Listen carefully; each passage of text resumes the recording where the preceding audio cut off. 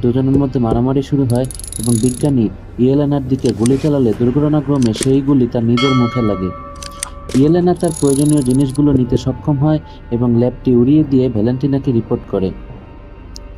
বাকি বার্নস এখন একজন নির্বাচিত কংগ্রেস সদস্য এবং একটি বিচার প্রক্রিয়ার অংশ, যেখানে ভ্যালেন্টিনাকে গোপনে অভিযান পরিচালনার জন্য অভিশংসন করা হচ্ছে। তার অনুগত সহকারী মেল তাকে অনুসরণ করে। ভ্যালেন্টিনা রেড হাল্কের ঘটনা এবং সংকট মুহূর্তে বিশ্বকে বাঁচানোর জন্য অ্যাভেঞ্জারদের আর না থাকার কথা স্মরণ করিয়ে দিয়ে তার অবস্থানের পক্ষে যুক্তি দেয়। তাই তিনি তার কাজকে সঠিক মনে করেন। ইয়েলেনা তার বাড়িতে যায়, সেখানে একা বসবাসকারী তার বাবা অ্যালেক্সেই অর্থাৎ রেড গার্ডিয়ানের সাথে দেখা করে।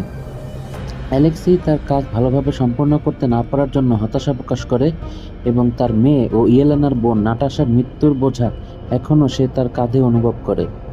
অ্যালেক্সিয়ের সাথে কথা বলার